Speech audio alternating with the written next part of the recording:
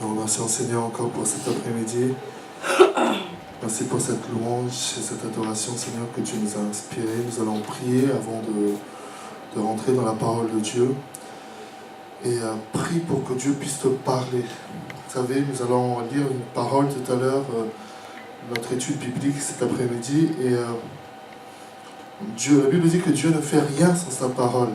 C'est en recevant la parole de Dieu que tu vas recevoir la semence de la bénédiction de Dieu. Amen. Donc c'est important encore que tu demandes à Dieu cet après-midi, Seigneur, parle-moi.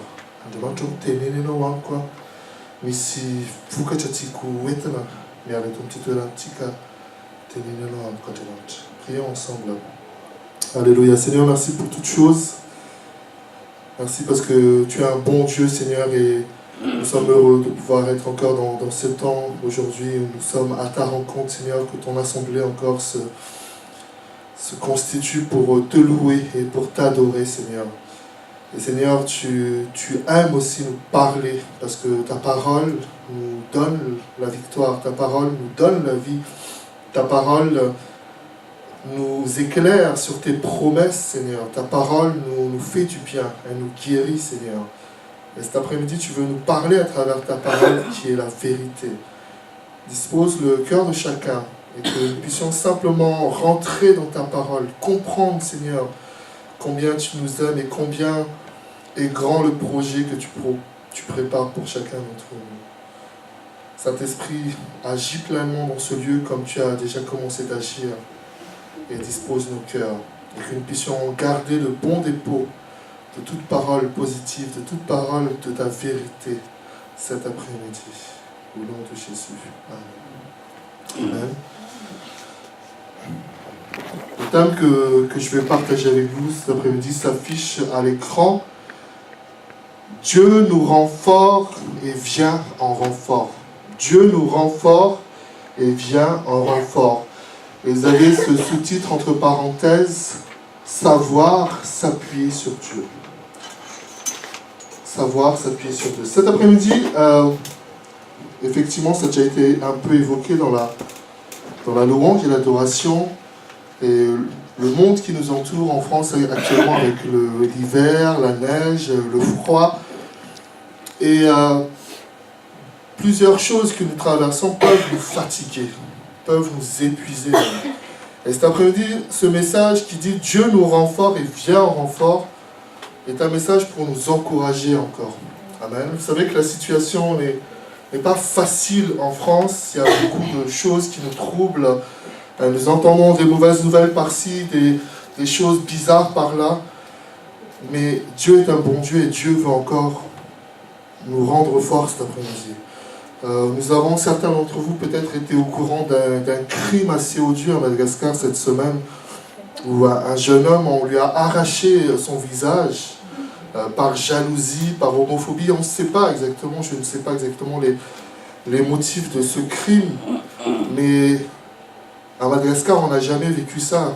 Un homme c'était un artiste, c'était un styliste apparemment qui était assez connu à Madagascar, mais on lui a arraché les yeux, on lui a arraché le visage. Et beaucoup de monde se sont émus de ça sur Facebook, sur Internet, j'ai vu ça. Et ça m'a interpellé, parce que les gens disaient, comment est-ce qu'on peut arriver à vouloir prendre la vie de quelqu'un de cette façon? Parce que malheureusement, le diable existe. Le diable existe. Le diable met dans le cœur de l'homme des pensées méchantes, des pensées mauvaises, des choses négatives.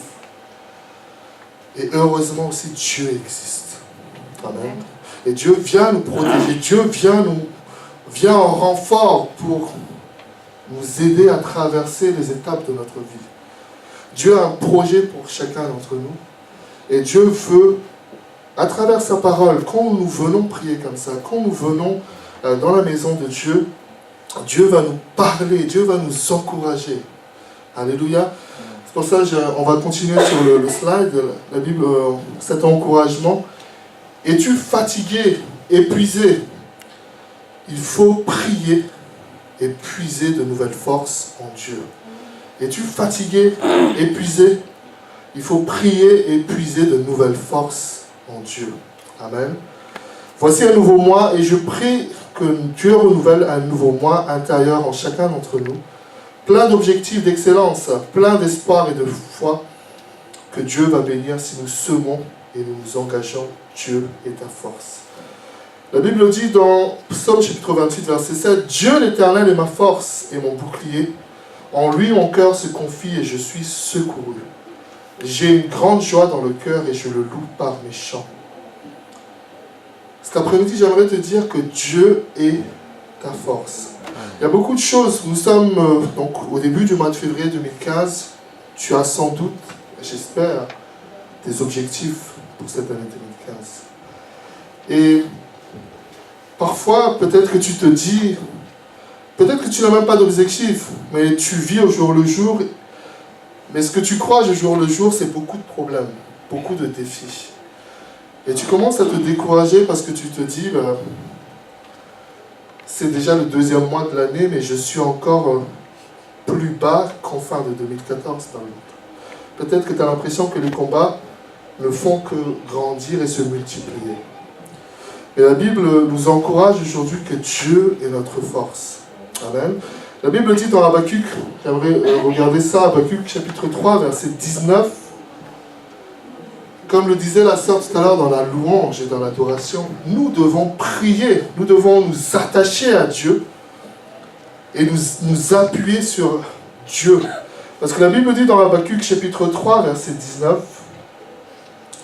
c'est dans l'Ancien Testament, « L'Éternel, le Seigneur, est ma force. Il rend mes pieds semblables à ceux des biches et il me fait marcher sur mes lieux élevés.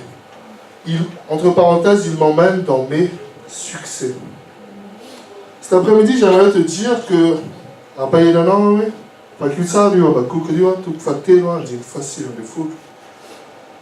Anjaman, chanuer, kouziz. Anjaman, chanu, manuva, ni tung. Kami tunja, anem turana avu, ni fitaïn. Amen. Zanui, tikombarano, anjoan, de tsuchame. Nini na projet anao, nini na zavatra endrasanao amin'Andriamanitra, mila anao manakina ny projet anao amin'Andriamanitra dia izy no mamehery anao. Amen. Satria izy no mampatonga ny tongotrao hianika eny amin'ny fitahiana avo indrindra. Amen. Parce que Dieu est ta force et c'est lui qui transforme tes pieds. Combien de fois sommes-nous fatigués de marcher, sommes-nous fatigués d'agir, d'aller dans tel ou tel endroit, mais c'est Dieu qui nous donne la force. Amen. Dieu nous rend fort et Dieu vient en renfort. Et on va continuer, il y a des pensées, nous avons beaucoup vu la semaine dernière le domaine des pensées. Et toute chose démarre de la pensée.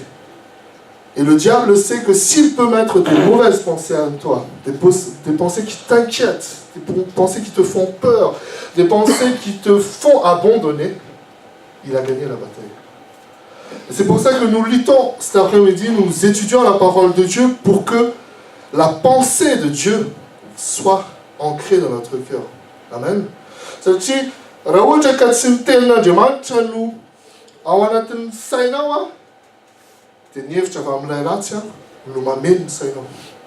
savez, le monde dit que la nature a horreur du vide. Si tu ne remplis pas ton esprit, ton cœur de la parole de Dieu, de la connaissance de Dieu, de choses positives, l'ennemi va remplir ton cœur et ta vie. Vous vous souvenez de... Jésus a parlé d'un semeur qui semait dans son champ et les herbes poussaient, n'est-ce pas? Mais la Bible dit que l'ennemi de ce semeur venait dans la nuit pour semer des mauvaises graines. Vous comprenez? Et donc, si nous ne faisons pas attention pour couper tout de suite la mauvaise herbe, elle va se développer dans nos vies. Et c'est pour ça donc la parole de Dieu nous encourage à travers cette pensée aujourd'hui. Inquiet, fatigué, agité, laisse Dieu agir. Des fois, on est agité, fatigué par toutes sortes de pensées qui nous stressent, qui nous énervent, qui nous font peur, qui nous découragent. mais laisse Dieu agir. Laisse Dieu te consoler par son Saint-Esprit, qui va fortifier ta foi et renouveler tes pensées en étant positives. Regardez le verset qui est affiché. J'aimerais vous encourager, pour ceux qui ont un crayon, pour ceux qui ont un surligneur, gardez ce verset, il est très important. Il va pouvoir vous accompagner tout au long de l'année 2015. Psaume chapitre 94, verset 19. Psaume chapitre 94, verset 19. La parole de Dieu dit: quand les pensées s'agitent en foule au-dedans de moi, tes consolations, Seigneur, réjouissent mon âme, c'est-à-dire me redonnent la joie et de l'espoir. Je ne sais pas si on peut le lire un instant en malgache. Qui a une Bible malgache? Salam tukfaïvacham si foula andin fa si le foula zafat. Antenkas.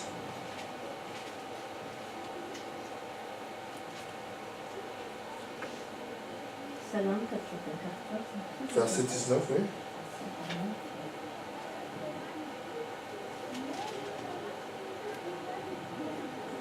Rabi nyaya atanat dia mafaly ny fanaiko ny fampinonanao. Amen. Rabe nyaya ya tuamkwa te mapfalia ni fampiononanao. Mila ampionon'Andriamanitra ny sainao sy ny fanahinao. Amen. Betabe Andriamanitra tiako ampahelezana anao ary tiako holalipaka ao am-ponao hoe Andriamanitra tia anao izy ary Andriamanitra te ampahery anao. Ny asan'ilay ratsy dia mameno aia ao anatin'ny fotsika rerana. Fenoy ny aia ny fiainanao dia lasa tsy tafihetsika intsony anao, lasa kamo ianao, hiasy kamo ianao anao zavatra satria mieritreritra anao hoe de toute façon ho zava-poana izy satria efa voaosina ako sanatria. Dia izay mampatonga ny olona be da be tsy mihetsika intsony izy, tsy mireagira intsony izy, tsy manao ny effort tokony ataony izy satria izy hoe efa vitany amiko, efa antitra loatra ako, efa marary loatra ako, efa ela loatra n'izao, efa zao dia tsy miaina intsony izy, fa miandry fahafatesana sisa sanatria. Nefa Andriamanitra te hampiolona anao, te hampifaly anao hoe mbola betsaka ny fitahiana izay miandry ny mpanompony. Amen. Ny ten'Andriamanitra miteny amin'ny Isaia toko fahaefatra araiky amby efapolo hoe fa ny fatahoranao izy dia mody raito ny voromahery. Dia ao amin'ny Salamy toko fahatelo amby zato koa anao afaka manaiky an'izay. Izany hoe tsika tsirairay avy na tanora na lehibe manana anjara fitahiana daholo amin'Andriamanitra. Fa kosa tsika tsy maintsy hoe manakina ny fiainantsika amin'Andriamanitra. Alléluia. Donc quand les pensées, certaines pensées, je vous ai un peu enseigné sur ça la semaine dernière. Il y a certaines pensées qu'il faut savoir tout de suite zapper. Quand il y a quelque chose qui t'énerve, tu sens que la colère monte, zappe et passe à autre chose. Fuis. Il y a des choses qu'il vaut mieux fuir. La Bible dit que fuis les querelles au lieu de t'engager parce que c'est un danger. Il y a des discussions, tu dis la discussion là va se terminer par une dispute. Je préfère m'arrêter de parler. Amen. Il faut faire attention à ça. Nous allons avancer. Et j'avais déjà un peu parlé de ça il y a quelque temps. La réaction que nous devons avoir par rapport à la parole de Dieu. Cet après-midi, vous entendez la parole de Dieu. Vous avez une décision à prendre. Vous avez une décision à prendre en écoutant attentivement.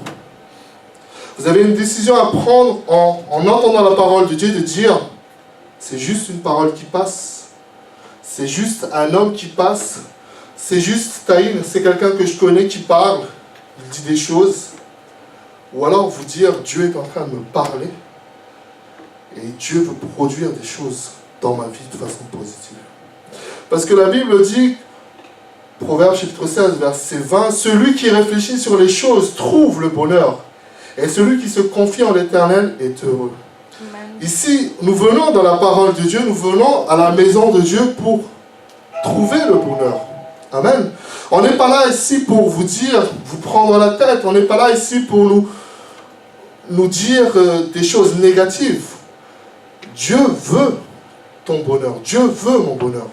Et non seulement le bonheur sur terre, mais surtout le bonheur d'être dans la vie éternelle. Amen. Donc c'est pour ça que tu vas entendre des choses aujourd'hui. Tu as entendu des choses déjà à travers le chant, la louange et l'adoration. Il y a eu un témoignage qui a été partagé. À toi de prendre la décision, Seigneur, si quelqu'un a trouvé du travail parce qu'il a prié, pourquoi est-ce que je ne trouverai pas du travail moi aussi? Amen. Si quelqu'un a été guéri parce qu'il a prié, pourquoi est-ce que moi je ne suis pas guéri? Amen. Mais si tu te dis simplement, lui il est guéri parce que c'est de la chance, ou parce que peut-être que bon c'est comme ça et voilà, c'est juste par hasard. Non, il n'y a pas de hasard. La Bible dit que Dieu guérit ceux qui sont malades. Alléluia. Mais à nous de nous mettre dans la présence de Dieu. Nous allons continuer et rentrer pleinement dans la parole de Dieu. Je vous invite à lire votre Bible, ouvrir votre Bible. 1 Samuel chapitre 30. La lecture va être assez longue. Je vous invite à être attentifs, mais c'est une histoire importante. Ouvrez vos Bibles pour ceux qui en ont. 1 Samuel chapitre 30, versets 1 à 20.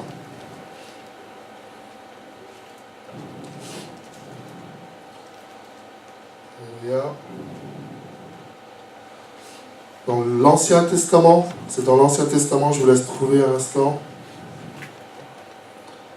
1 Samuel chapitre 30, versets 1 à 20. La Bible dit, 1 Samuel chapitre 30, versets 1 à 20. Lorsque David arriva le 3e jour à Tsiklag avec ses gens, les Amalécites avaient fait une invasion dans le Midi et à Tsiklag. Ils avaient détruit et brûlé Tsiklag. Après avoir fait prisonnier les femmes et tous ceux qui s'y trouvaient, petits et grands, ils n'avaient tué personne, mais ils avaient tout emmené et s'étaient remis en route. David et ses gens arrivèrent à la ville, et voici elle était brûlée. Et leurs femmes, leurs fils et leurs filles étaient emmenés captifs. Alors David et le peuple qui était avec lui élevèrent la voix et pleurèrent jusqu'à ce qu'ils n'eussent plus la force de pleurer. Les 2 femmes de David avaient été emmenées, Akinoam de Gisraël et Abigail de Carmel, femme de Nabal. David fut dans une grande angoisse, car le peuple parlait de le lapider, parce que tous avaient de l'amertume dans l'âme, chacun à cause de ses fils, de ses filles. Mais David, regardez bien ce verset, mais David reprit courage en s'appuyant sur l'Éternel son Dieu. Il dit au sacrificateur Abiatar, fils de Kimelech, apporte-moi donc l'éphod. Abiatar apporta l'éphod, c'est un vêtement sacré, à David. Et David consulta l'Éternel en disant, poursuivrai-je cette troupe, l'atteindrai-je? L'Éternel lui répondit, poursuis car tu atteindras et tu te délivreras. Et David se mit en marche, lui et les 600 hommes qui étaient avec lui. Ils arrivèrent au torrent de Bessor, où s'arrêtaient ceux qui restaient en arrière. David continua la poursuite avec 400 hommes. 200 hommes s'arrêtèrent trop fatigués pour passer le torrent de Bessor. Ils trouvèrent dans les champs un homme égyptien qu'ils conduisirent auprès de David. Ils lui firent manger du pain et boire de l'eau. Ils lui donnèrent un morceau d'une masse de figues sèches et 2 masses de raisins secs. Après qu'il eut mangé, les forces lui revinrent, car il n'avait point pris de nourriture et point bu d'eau depuis 3 jours et 3 nuits. David lui dit, à qui es-tu et d'où es-tu? Il répondit, je suis un garçon égyptien, au service d'un homme amalécite, et voilà 3 jours que mon maître m'a abandonné parce que j'étais malade. Nous avons fait une invasion dans le Midi des Kérétiens, sur le territoire de Juda, et au Midi de Caleb, et nous avons brûlé Tsiklag. David lui dit, veux-tu me faire descendre vers cette troupe? Et il répondit, jure-moi par le nom de Dieu, que tu ne me tueras pas et que tu ne me livreras pas à mon maître. Et je te ferai descendre vers cette troupe. Il lui servit de guide Et voici, les Amalécites étaient répandus sur toute la contrée, mangeant, buvant et dansant à cause du grand butin qu'ils avaient enlevé du pays des Philistins et du pays de Juda. David les battit jusqu'à l'aube, du jour jusqu'au lendemain, et aucun d'eux n'échappa, excepté 400 jeunes hommes qui montèrent sur des chameaux et s'enfuirent. Au verset 18, regardez bien, au verset 19, David sauva tout ce que les Amalécites avaient pris, et il délivra aussi ces deux femmes. Il ne leur manqua personne, ni petit, ni grand, ni fils, ni fille, ni aucune chose du butin, ni rien de ce qu'on leur avait enlevé. David ramena tout. Et David prit tout le menu et le gros bétail, et ceux qui conduisèrent ce troupeau et marchaient à sa tête disaient, ceci est le butin de David. Amen. Qui a déjà lu cette histoire? Levez la main. Amen. 2 personnes sur 30. Nous avons des progrès à faire. Alléluia. Et qui trouve que cette histoire est belle? Levez la main. Ah, tout le monde. Amen. Pourquoi cette histoire est belle? Parce qu'elle parle de notre vie. Des combats de notre vie. C'est-à-dire que ici, nous allons revenir un peu sur les versets précédents, à partir du verset 1. C'est une histoire, je vous conseille de la lire tranquillement à la maison. David est le grand roi que nous connaissons, il a son peuple, il a ses femmes. Et puis ils sont absents et ils se font donc attaquer à Tsiklag. Et au verset 3 et 4, vous voyez, la Bible dit que David et le peuple qui était avec lui élevèrent la voix et pleurèrent jusqu'à ce qu'ils n'eussent plus la force de pleurer. Parfois, il y a des situations dans notre vie, tu arrives, quelque chose est détruit. Une maladie soudaine vient. Tu as perdu quelqu'un de ta famille, soudainement, on t'enlève ta fille, on t'enlève ton fils, tu perds un parent, tu perds un frère, tu perds une sœur. Tu perds tes biens. Et puis tu pleures jusqu'à plus avoir de force. J'aimerais vous rappeler ça, que la vie chrétienne n'est pas toujours faite de soleil, de joie et d'allégresse. La vie chrétienne est aussi faite de larmes, de pleurs. Il peut arriver que tu pleures, il peut arriver que tu déprimes, il peut arriver... Parce que là, toutes ces personnes, la Bible dit tout à l'heure, David était dans l'angoisse. Angoissé, les gens étaient déprimés, ils élevèrent la voix, mais qu'est-ce qui nous arrive? Nous avons tout perdu, nos filles et nos fils, tous les biens que nous avons. Et la Bible dit qu'ils n'avaient plus même la force pour pleurer. Je ne sais pas la situation que tu traverses actuellement. Peut-être que c'est tellement difficile que parfois tu aimerais pleurer, mais tu n'arrives même pas. Dieu a déjà prévu cette histoire. Dieu a déjà prévu que tu vas tout récupérer. Amen. Dieu a déjà prévu... Vous savez, la Bible dit dans le Nouveau Testament que cette parole de Dieu, la Bible, est pour nous un enseignement, afin que nous puissions être encouragés dans les situations que nous vivons maintenant. Tout ce qui a été écrit est pour notre encouragement. Parce que ce que tu as déjà vécu, la Bible dit qu'il n'y a rien de nouveau sous le soleil. Le problème que tu vis maintenant, quelqu'un l'a déjà vécu et tu as déjà résolu ce problème. Amen. Amen. Il n'y a rien de nouveau. L'inquiétude que tu as pour tes enfants en tant que parent, d'autres parents l'ont déjà eu avant toi. Ils se sont confiés en l'Éternel, Dieu a béni. Amen. Amen. Mais j'aimerais, le titre de notre message, c'est Dieu vient en renfort et nous rend forts. Et j'aimerais insister sur le verset 6 qui s'affiche. Et j'ai beaucoup pensé à ça.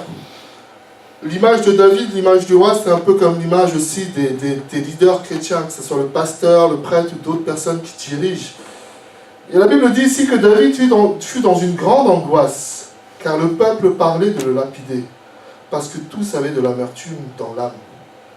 Parfois, en tant que pasteur, j'entends les gens qui me parlent, devant, en face ou derrière, qui me disent, il n'y a que des problèmes dans cette église. Nous n'avons que des problèmes depuis qu'on prie. Il y a des combats que nous traversons. Qu'est-ce que fait le pasteur? Peut-être que c'est le pasteur qui n'est pas compétent. C'est peut-être David, c'est à cause de David si nos femmes et nos filles ont été priées. Si je traverse cette épreuve, c'est parce que le pasteur n'a pas assez prié. Et si je traverse ce combat, c'est que peut-être que le pasteur ne fait pas son travail. Et des fois, on se retrouve dans une situation comme ça où, en tant que père de famille, en tant qu'époux, en tant que responsable dans un groupe, en tant que responsable de quelque chose, tu as l'impression que le monde entier t'accuse. Mais quelle est la réaction de David? C'est le but de ce message cet après-midi. Que dit la Bible? Mais David reprit courage. Comment il a repris courage? En mangeant au McDo? En mangeant des moveballs? Comment David a repris courage? Que dit la parole? Il a connu ses garçons. Est-ce qu'il a repris courage parce qu'il est parti en boîte se défouler? Non. Est-ce qu'il a repris courage parce qu'il se dit je vais boire, je vais fumer, je vais oublier mes problèmes?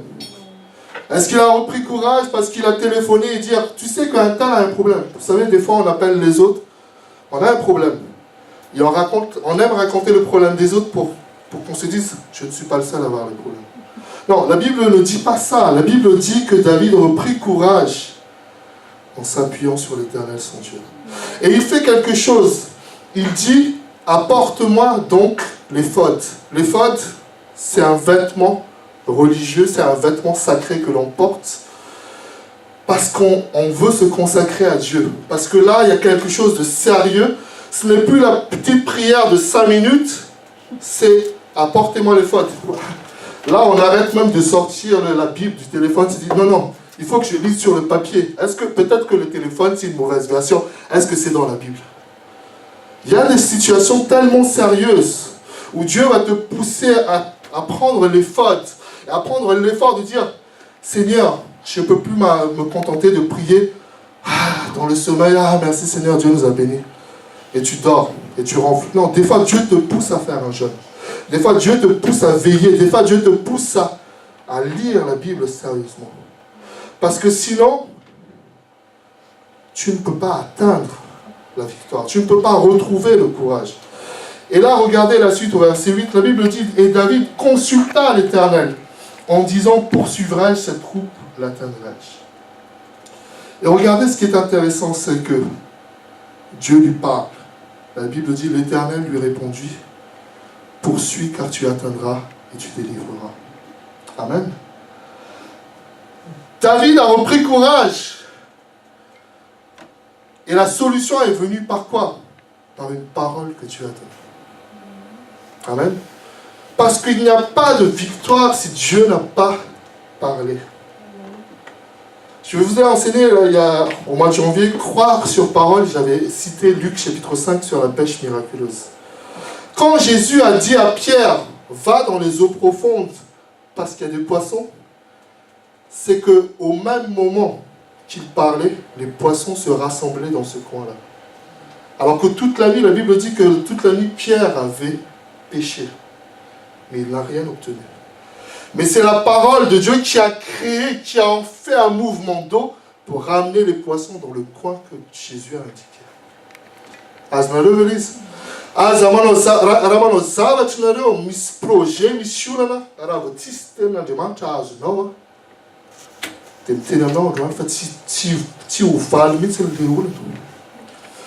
Et quand Dieu te parle, ça c'est important.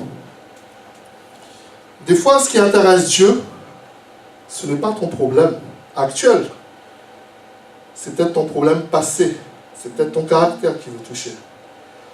La Bible dit dans Deutéronome chapitre 8 que Dieu nous attire dans le désert pour parler à notre cœur.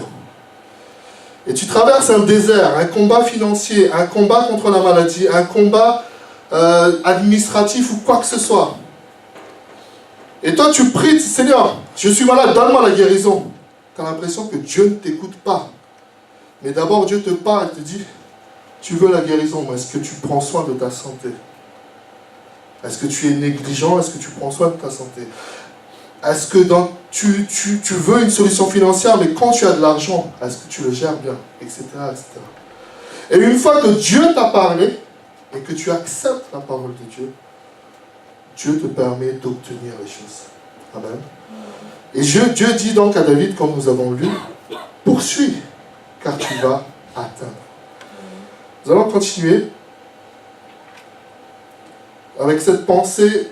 Être combattu ne veut pas dire être vaincu, juste avant. Alléluia. Être combattu ne veut pas dire être vaincu. Le diable est un menteur. Le diable est un enquiquineur. Et excusez-moi le terme, le diable est un emmerdeur. Le diable sait que Dieu te bénit. Le diable sait que tu es dans le plan de Dieu. Tu obéis, tu pries, tu vas dans la... Et le diable va chercher toujours la petite bête pour t'embêter. Mais être combattu ne veut pas dire que tu es vaincu. Amen.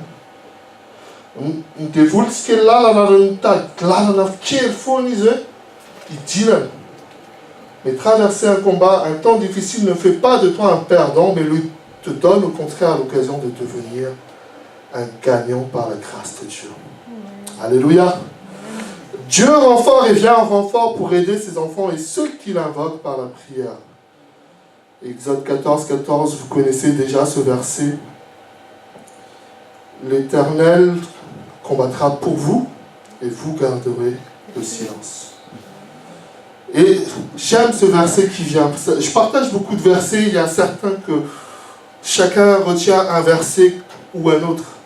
Mais regardez le verset 59 de Psaume. Verset 9 de Psaume 59, pardon.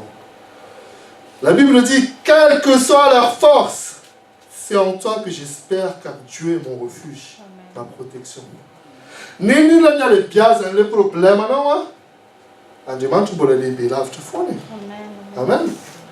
Nini la les biazes, les houles, les malous, tu t'attends la confiance, non? Andiment tu m'en as dit, tu t'attends la confiance, amen. Quelle que soit leur force, dit la Bible, c'est en toi que j'espère, car Dieu est mon refuge et ma protection. Et vous voyez, dans cette histoire que nous avons lue dans 1 Samuel chapitre 30, on aura d'autres prédications dans quelques mois sur ce sujet, parce que ce texte est assez riche. Mais ce texte nous parle d'un jeune homme qu'il rencontre sur la route. D'un jeune homme égyptien qui est malade. Et la Bible dit que David va nourrir cet homme. Pendant plusieurs jours, il va manger, il va boire. Et puis il va aider David. C'est grâce à ce jeune homme que David a pu aller délivrer sa femme et ses enfants. Vous comprenez?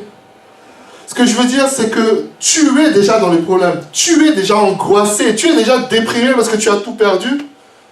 Dieu envoie encore quelqu'un que tu dois aider. Tu te dis, mais laisse-moi tranquille. J'ai mes problèmes. Toi, tu es un Égyptien là. File loin de moi. Mais Dieu a toujours ce même principe. Aide ton prochain et tu seras le prochain à être aidé.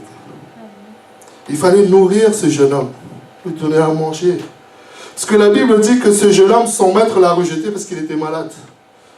Et David aussi pouvait le voir, dire, il est malade, tuez-le même, qu'on s'en débarrasse. Non, David a compris que, David a compris que ce jeune homme était la clé de la solution. Alléluia. Donc si tu vois dans ton outrage, réfléchis à ta vie cet après-midi. Est-ce qu'il y a quelqu'un qui a besoin de ton aide? Est-ce qu'il y a quelqu'un que tu peux aider? Aide-le. Amen. Parce que c'est le petit Égyptien qui va t'amener pour tout récupérer dans ta vie. Alléluia. C'est le petit Égyptien, vous savez, Dieu aime les petites choses des fois.